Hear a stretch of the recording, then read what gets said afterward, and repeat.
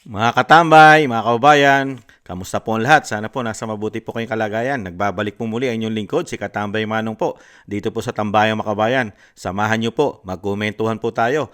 Umpisa na po natin. Magandang umaga po, tanghali, hapon, gabi. Madaling araw po sa ating lahat. Saan man sulok ng ating bansa o mundo tayo naroon, ay naway maingatan po tayong lahat mga kababayan. Ito po, painggan po natin at komentuhan po natin yung pahayag po ng ating Vice President sa Malaysia mga tambay.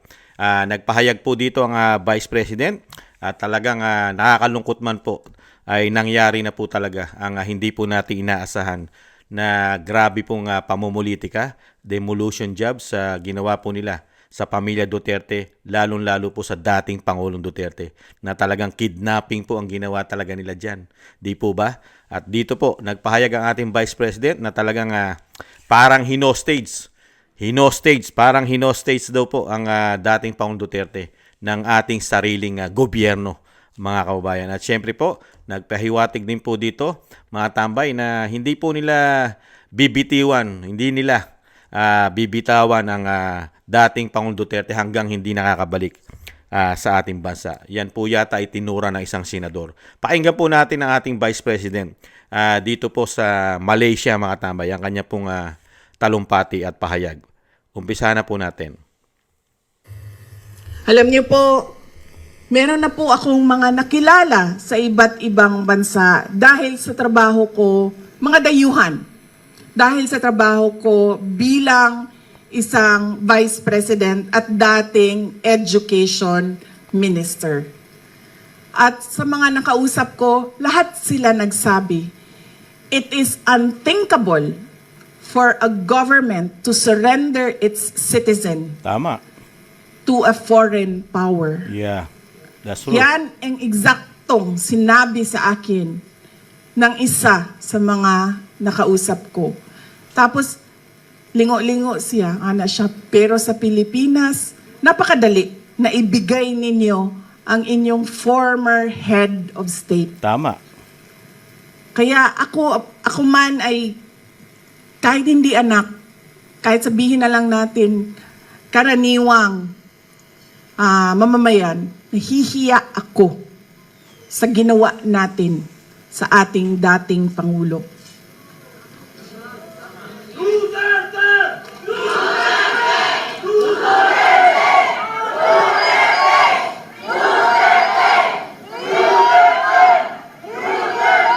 At syempre, inimbita ko si Senator Amy Marcos, kung saan man ako pumupunta, dinadala-dala ko siya. Kasi sinasabi ko sa kanya, hindi ako ang magbabalik kay dating Pangulong Duterte sa Pilipinas.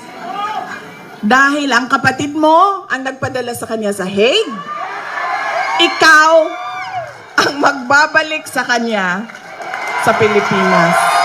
That's right.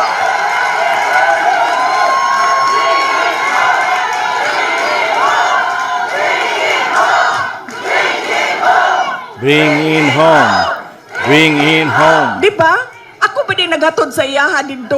Dili man. Tama. Di ba? O, di iyahang igsuon man, di ikaw ang magbalik ana dito sa mua sa Davao. Tama. Kayo ang magbalik. Kaya dala-dala ko yan siya lagi, kahit saan ako pumunta. Kasi alam nyo, bakit? Kahit saan din ako pumunta, lahat ng Pilipino nagsasabi, iuwi mo sa akin. Sinasabihan ako, kahit nung bata sa kampanya namin sa Manila, maliit na bata, na pagbaba ko sa stage, mukha siyang mga 8-9 years old. Sabi niya sa akin, ibalik mo si Tatay Digong. Ha? Bakit ako? Ikaw! Tama. Diba? Kaya dala-dala ko yan siya. Kahit saan. Para siyang naka-hostage. Bibitawan ko lang yan siya kapag si dating Pangulong Duterte ay nabalik na sa Davao City. Tama. Tapos pagbabayarin ko pa yan ng fish head curry mamaya. Tulad kay Pangulong Duterte, dahil sa kanyang patuloy na pagmamahal at malasakit sa ating bayan, ay itinuring siyang kalaban ng mga taong lasing sa kapangyarihan. Ayun.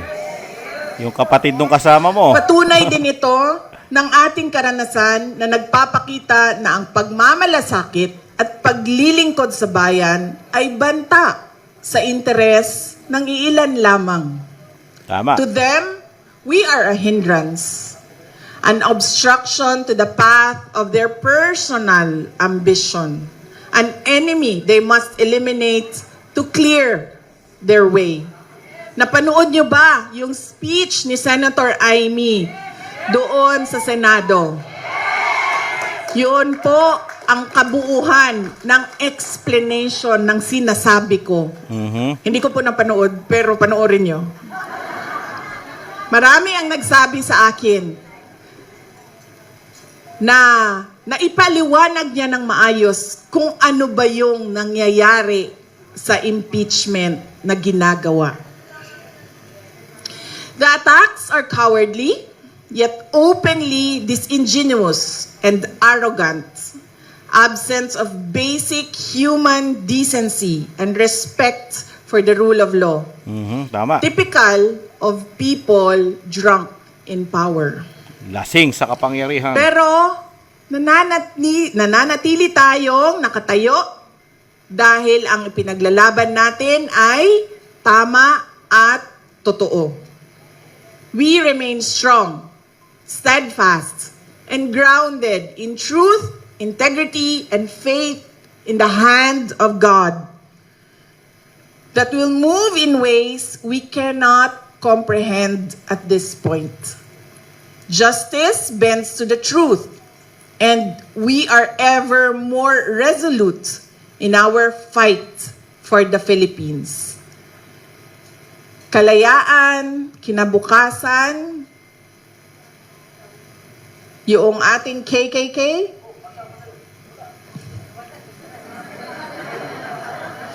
kasaysayan, kalayaan, kinabukasan.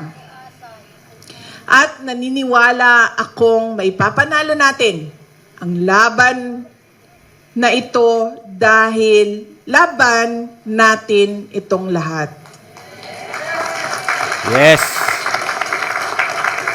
May papanalo natin ito sa kabila ng mga banta, pananakot, pagmamalabis at bangis. Tandaan natin na walang silbi ang anumang hadlang sa nagkakaisang mamamayan. Correct. Mga kababayan, alam na natin lahat kung ano ang problema ng ating bayan. Dahil tayo, nagrereklamo tayo araw-araw. Kami na nandoon sa Pilipinas, nararamdaman namin araw-araw. Example na lang, yung tagtag ng EDSA, araw-araw. Kaya ang consultation namin ngayon ay hindi kung ano yung reklamo, kundi kung ano yung naisip ninyo. At nakita ninyong solusyon. Nakita ninyo sa ibang mga bansa. Kung saan kayo ay nanirahan, Correct. kung saan kayo ay nagtrabaho. Yes. Whether by choice or by force, you have lived and worked abroad. You have witnessed effective systems and thriving communities. What best practices from other countries should be adopted in the Philippines? What changes would you like to see for a better future? Sa konsultasyon na ito, nais naming marinig mula sa inyo ang inyong mga karanasan sa ibang bansa upang mabago natin ang direksyon ng ating bayan. We should demand change. We should fight for change. Ang araw ng kalayaan ay maging inspirasyon sana natin para patuloy na maging tapat na mga Pilipino.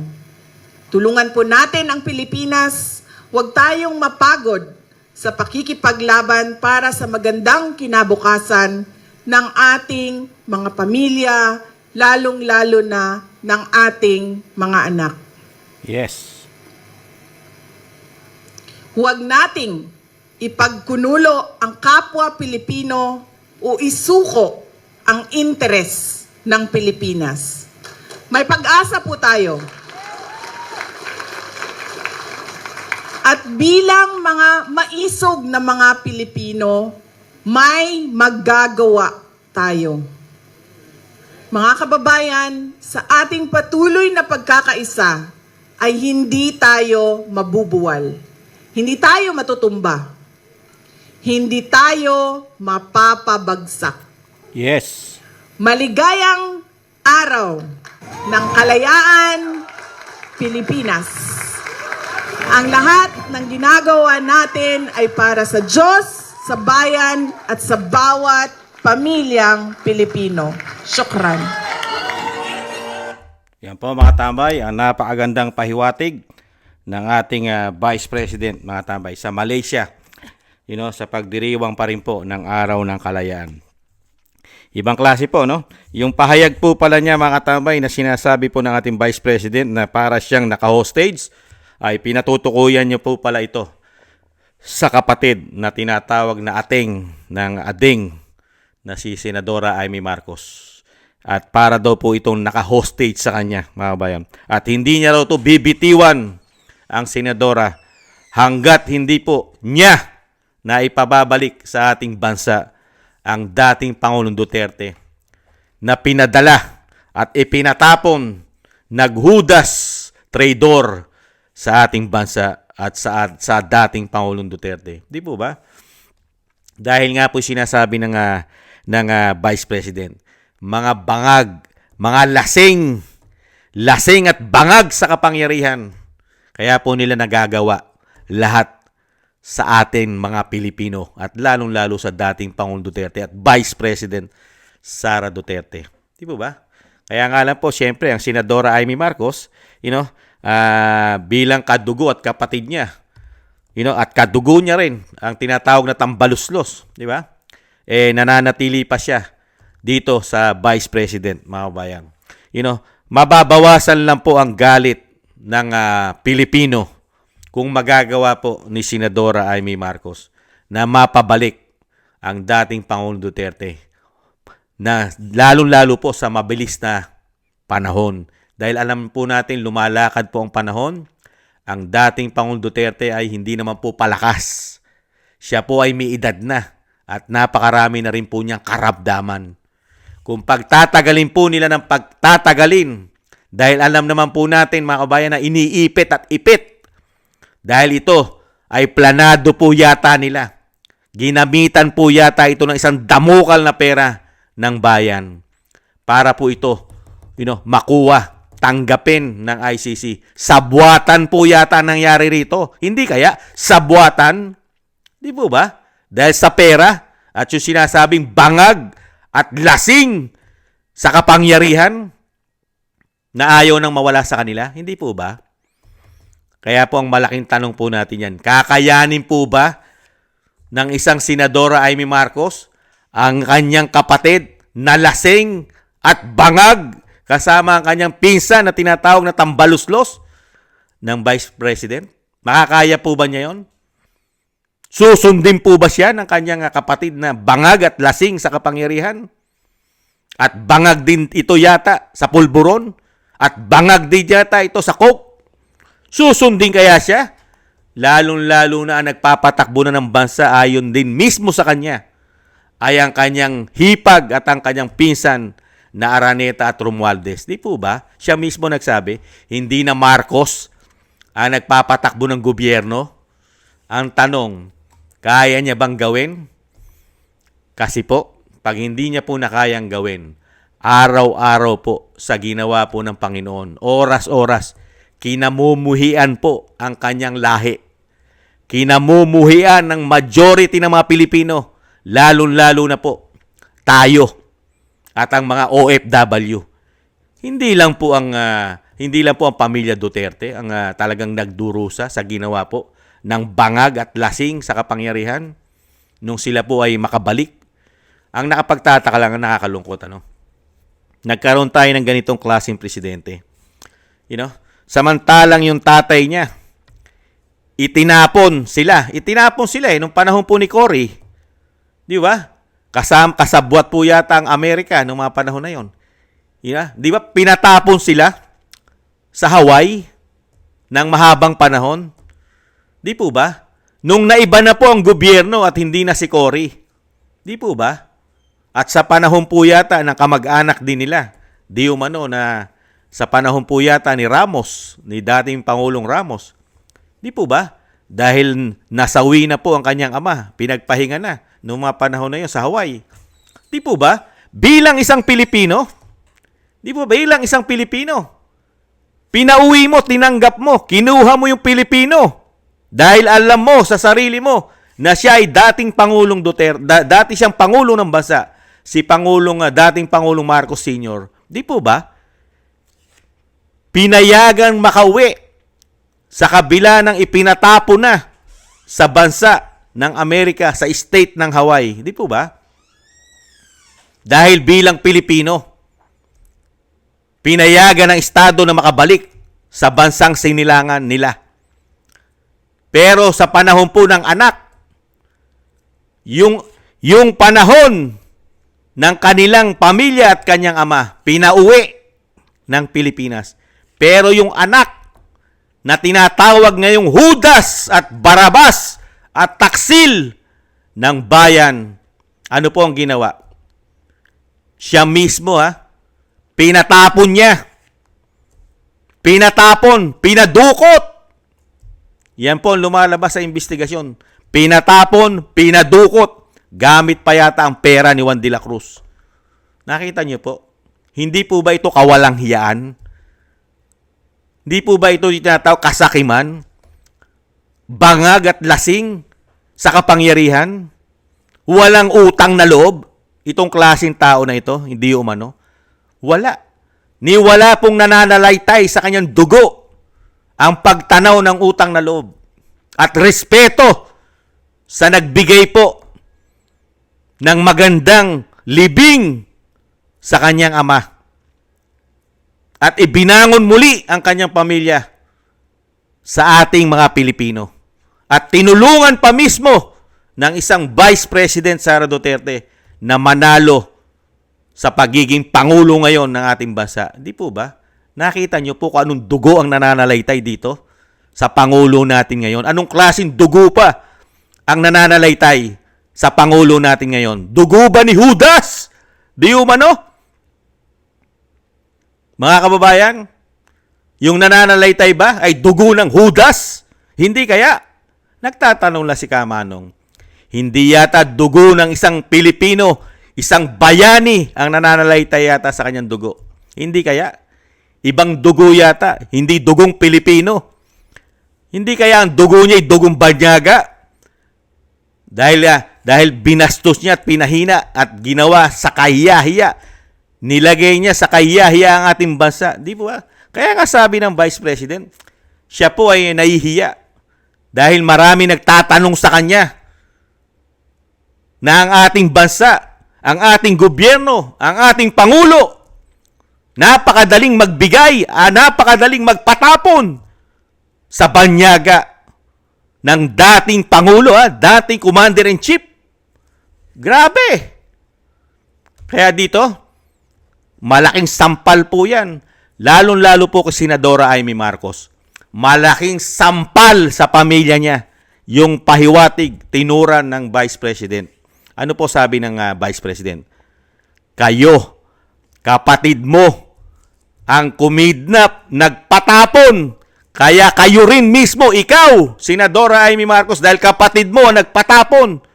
Ikaw bilang pamilya, kailangan ikaw naman mismo ang magbalik sa Davao City, sa lupang sinilangan ng dating Pangulong Duterte. Di po ba? Sa Pilipinas. Di po ba? Kaya dito po, malaking sampal po yan kay Senadora Amy Marcos.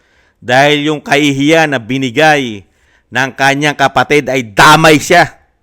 Kasi isang history na po ito. Hindi na po ito mawawala sa kasaysayan na meron na namang isang dugong Marcos na mas grabe pa ang ginawa sa pagkahudas at pagka-traitor nito, di umano, sa ating bansa, sa kasaysayan. Di po ba? Yung mga dinukot ng mga puti Dinala sa Hawaii ang kanyang pamilya, kasama siya. Pero nung mapalitan ang administrasyon, pinauwi silang lahat. Samantalang ito, meron tayong judicial, wala pang kaso na sinasampa sa korte, wala pang nililitis. Ipinatapon mo na sa mga banyaga. Ibang klase ka. Anong klase kang Pilipino? Anong klase kang lingkod bayan? Mas pinoprotektahan mo ang banyaga kaysa sa sarili mong kapwa mo Pilipino at kapwa mo presidente. Walang proteksyon sa'yo. Lalo pa kami. Lalo pa ang pangkaraniwang mamamayan. Magkaroon pa ba ng proteksyon sa'yo? Bilang ikaw Pangulo. Kayang-kaya mo kami ipatapon lahat. Dahil yung dating Pangulo, pinatapon mo na napakadali. Kidnapping. Hindi po ba? Nagtatanong lang si Kamanong. Kaya nakakalungkot po. Yung pinagdadaanan po ng pamilya Duterte, malalakas po ang loob nila. Dinadaan na lang po nila sa dasal, sa suporta. Kasi po, nahandyan po kasi ang majority ng Pilipino na suporta sa pamilya Duterte. Pero kung wala po tayo dyan, matagal na pong bumigay ang pamilya Duterte. Kung walang Pilipino na nagmamahal, na napakarami, majority ng Pilipino, nakita po nila ang ginawang kabutihan, paglilingkod. Lalong-lalo po ng dating Pangulong Duterte. Siya lang po ang nagbangong muli sa dami ng mga naging presidente, sa ating bansa. Siya lang ang nagbangong muli, kinilala ang ating bansa, nirespeto sa buong mundo. Kinilala. Di po ba? Yung respeto. Pati ang ating mga kababayang OFW nagkaroon ng respeto. Nirespeto ng mga banyaga. Di po ba? Pero ngayon, ano po ngayon ang makukuha nating respeto? Tayong mismo mga Pilipino sa mga banyaga na meron tayong ganitong klaseng presidente. Walang security ang ating bansa. Nagpapamigay na lang tayo basta-basta. Malayang bansa tayo. Meron tayong sariling soberenya. Meron tayong sariling judicial. Pero, ipinatatapon mo. Baka naman dumating ang panahon. Baka naman ikaw ay ipatapon, Mr. President. Baka hindi ka naman ipatapon kaya sa Netherlands kasi baka kakampi mo yan. Mahirap po dyan ipatapon yan. Dahil unang-una, kaalyado mo yata ang ICC. Hindi ka na pwede ipatapon dyan dahil kaalyado mo yata. Hindi kaya? Kung si Kamanong ang magbibigay na idea, mas mabuti yata, ipatapon yata ang Pangulong Marcos pag hindi na siya Pangulo. Ipatapon naman po siya sa North Korea. Hindi kaya? Baka hindi niya kaalyado ang North Korea. Yan, baka pwede siya dyan ipatapon. Hindi kaya? Para maranasan niya ang ginawa niyang pagtitrador at paghuhudas sa ating bansa at sa dating Pangulong Duterte. Maranasan niya yung hirap. Yung tinirador ka ng sarili mong bansa at gobyerno na pinagtrabahuhan mo. Di po ba? Wala pang napapatunayan, wala pang achievement na nagpatapon sa'yo. Nakakahiya. Wala pang maipagmamalaki.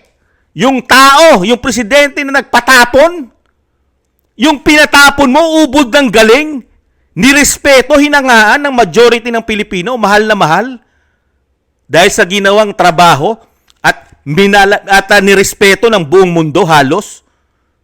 Tapos ang nagpatapon, may issue ng bangag, may issue ng pulburon, gumagamit daw ng pulburon. At gumagamit ng coke, ang nagpatapon. Grabe. Di po ba? Talagang masasabi mo talagang hudas. Di po ba? Traidor, di umano. Bangag, lasing sa kapangyarihan. Hindi po ba? Kaya po yung pinagdadaanan po ng pamilya Duterte, masakit po yun. Yung isang pamilya at ang napakasakit po ron sa katotohanan, ang pinakamasakit po na nangyari po, yung pinagkatiwalaan mo. tinulungan mo. Mula umpisa, tinulungan mo na itong pamilya na ito. Di po ba? Mula umpisa, nakatulong man sila nung panahon ni dating Pangulong Duterte, pero may kapakinabangan po yun. May pakinabang pong balik yun. Nung manalo po si dating Pangulong Duterte, kung tinulungan man ito ni Senadora Amy Marcos, di po ba nagkaroon ng pakinabang kay Senadora Amy Marcos? Bakit? Nanalo siyang senador. Di po ba? Nanalo siya. At hanggang ngayon, napapakinabangan pa rin ni Senadora Amy Marcos ang pamilya Duterte. Di po ba? Ito lang katatapos ng halalan, isinusuka na siya. Kaya nga umalis siya sa alyansa nila at pumunta siya kay Vice President para muli siyang tanggapin ng mga majority ng Pilipino. Di po ba? Nanalo na naman siya. Di po ba? Nanalo na naman. Kaya nga po lahat ng pakinabang, majority ng pakinabang, galing sa pamilya Duterte. At sila ang nakikinabang magmula kay Senadora Amy Marcos at sa kanyang kapatid na may issue ng pulburon. Di po ba? Puro sila nakinabang. At ano naman ang napakinabang ng tumulong sa kanila? Sige nga. Ako, tatanungin ko kayo mga kababayan, ano ang napakinabang ng Vice President na tinulungan niya na manalo dahil hindi mananalo ito kay Leni Robredo kung hindi niya katandem si BP Sara? Sige nga, mananalo ba siya? Lalong-lalo kung tumakbong presidente si BP Sara? Nada. Sa kangkungan ng baksak niya. Hindi po ba? Dahil hindi na nga siya nanalong Vice President. Di po ba? Ano ang napala? Si Vice President, binigyan siya ng napakalaking pabor, pabuya, dahil yung pinakarurok ng tagumpay ay naibigay sa kanya ng Vice President. Ano ang pakinabang ng isang Vice President dito sa presidente na ito? Sige nga, magsabi nga kayo, ano ang napakinabang ng Vice President? Meron po ba?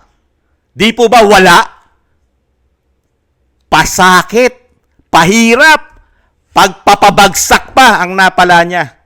Yan ang nakuha niyang pakinabang sa pamilya na ito. Pabagsakin siya, sirain ang kanyang popularidad. Di ba? At tuluyan na siyang burahin sa politika. Yan ang plano nila kaya nga impeachment Di po ba? Lahat ng pakinabang nasa kanila. Pero yung tumulong sa kanila, pilit na binubura sa politika, pinababagsak at pinatatapon pa na parang hayop. At ang dating Pangulong Duterte, ano po ang nakuhang pakinabang ng dating Pangulong Duterte?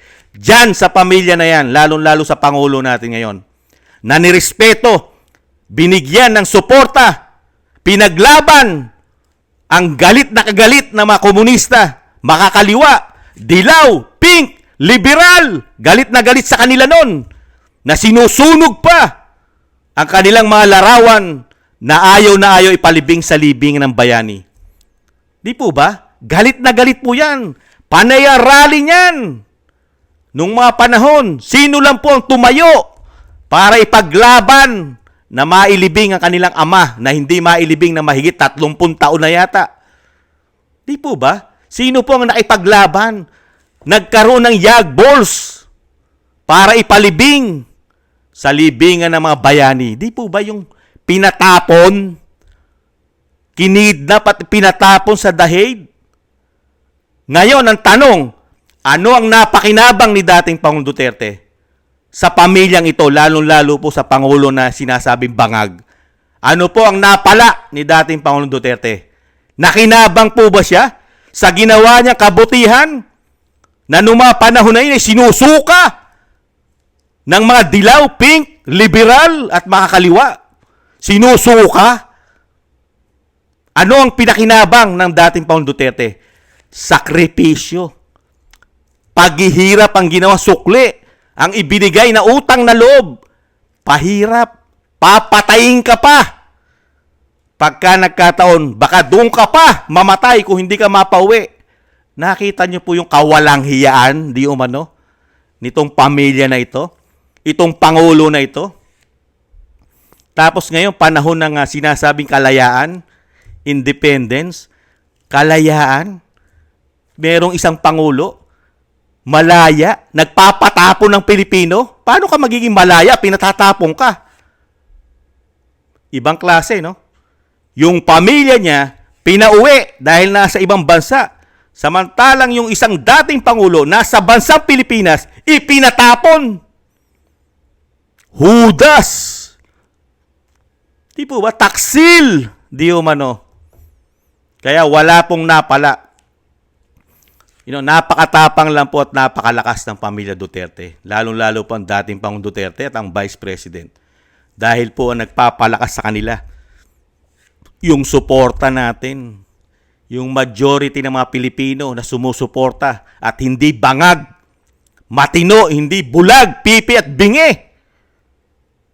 Kasi yung ginawa nila, katraderan yon at pwedeng gawin sa atin yon. Di po ba? Nakakalungkot lang po, napakarami po mga Pilipino ang bulag, pipi. Di po ba? Pipi, bingi, at bobo, at tanga, at nagpapaagago dito yata sa administrasyon na ito, di umano. Hindi po ba? Nakita niyo po ba yung problema ng bansa? Nasolusyonan ba? Nasolusyonan po ba 3 taong? Walang binigay po sa ating araw-araw kundi ang issue ng politika at korupsyon. Pero proud na proud po dyan ang ibang Pilipino. Hindi naman po sila marami. Pero makikita mo, yung exposure, kala mo kay dami-dami nila. Dahil ang mainstream media, puro silang laman ng balita.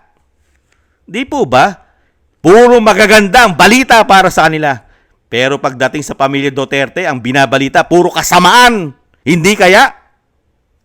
Ganyang kabayas sila. Hindi po ba? Kaya dito mga tambay, masusubok po.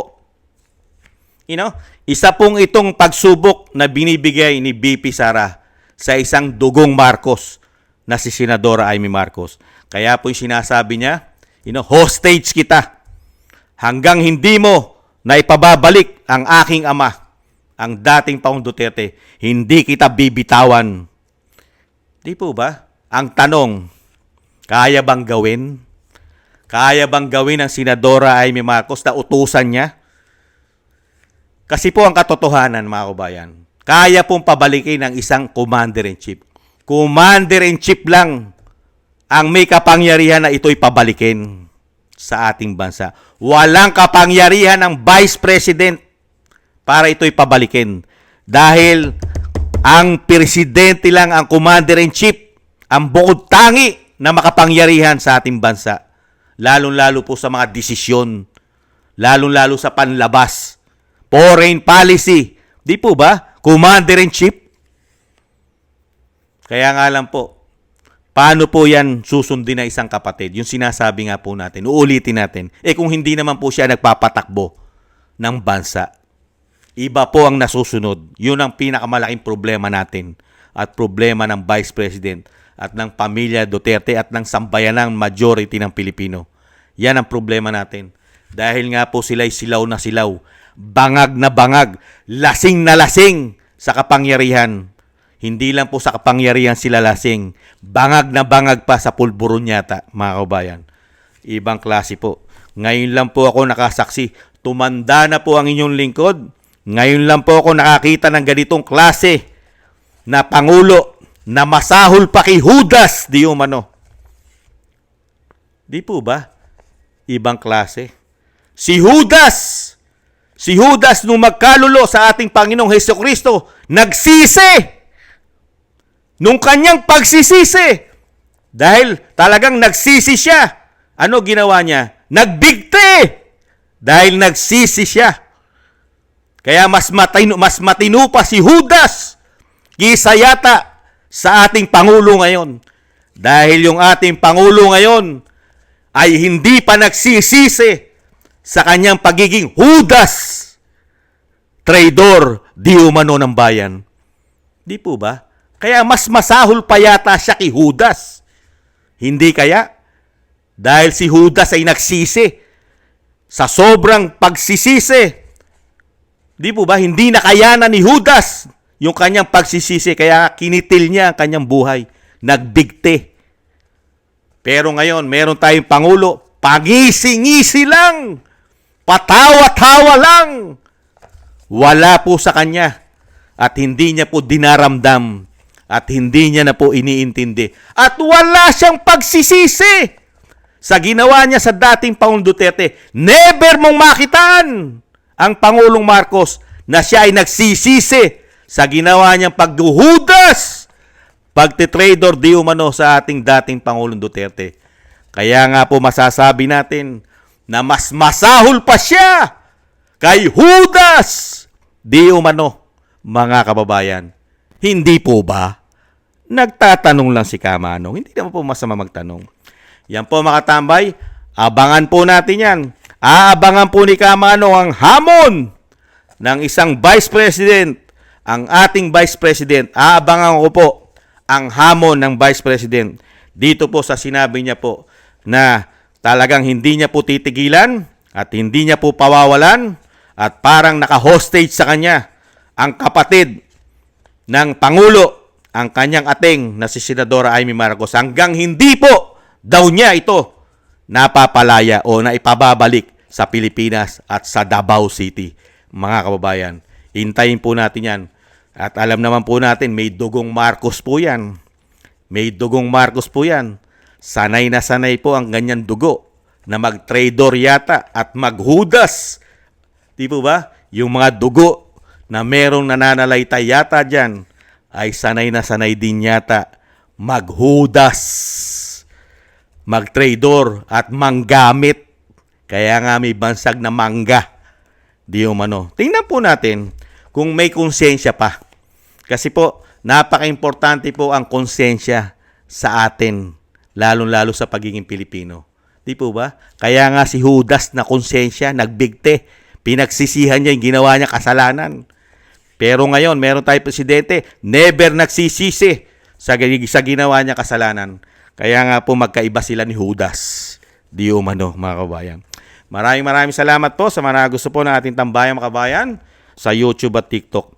At ganun din po sa mga nagko-comment, like, share, and subscribe. At sa ating po mga subscribers, thank you po. Maraming salamat po sa inyo. Mabuhay po kayong lahat mga kabayan. At thank you rin po at shoutout po sa mga nagbibigay po ng biyaya sa inyong lingkod. Shoutout po, thank you po. Kingston 123 na Hong Kong, Eric Hershio na Canada, Jake Yahut 4531 ng Maisog, California, USA, Gina Ray Solidides ng Berlin, Germany, Julieta Celona na Sydney, Australia, Baby Roman, Ate Isa na Cagayan, si Jem Aris ng United Arab Emirates, Jovelyn Watanabe ng Japan, ako si Pilam, si Annie Joe, Teodorico Erguisa Jr., si Arpel Villacorta, Wills Bubbles 5697, Rosalina RK Team 888, Michelle Yamaguchi Vlog. Maraming salamat po mga kabayan sa inyo pong biyaya na pinagkakalob po. Ingat po, maingatan nawa po kayo. At syempre po, pasensya na po mga tambay. Sorry po, medyo nagtaas po tayo ng ating boses at medyo na high blood po tayo. Sino ba naman ang hindi ma-high blood pagka ganito ang presidente mo sa iyong bansa na masahol pa yata kay Judas? Hindi kaya? Talagang high blood din ka, mga kababayan. At syempre po, bago po tayo magtapos, isama po natin sa ating mga dasal at panalangin na makabalik po sa lalong mabilis ang dating Pangulong Duterte. At maingatan po rin sila sa kapahamakan at lalong-lalo po ang kalusugan ng dating Pangulong Duterte. At thank you po mga tambay. At tayo rin po, magdoble-doble ingat po tayo. Mahirap na po ang ating panahon, mga kababayan. Doble-doble ingat po. Sa muli po, paalam po muna. Paalam. Bye-bye.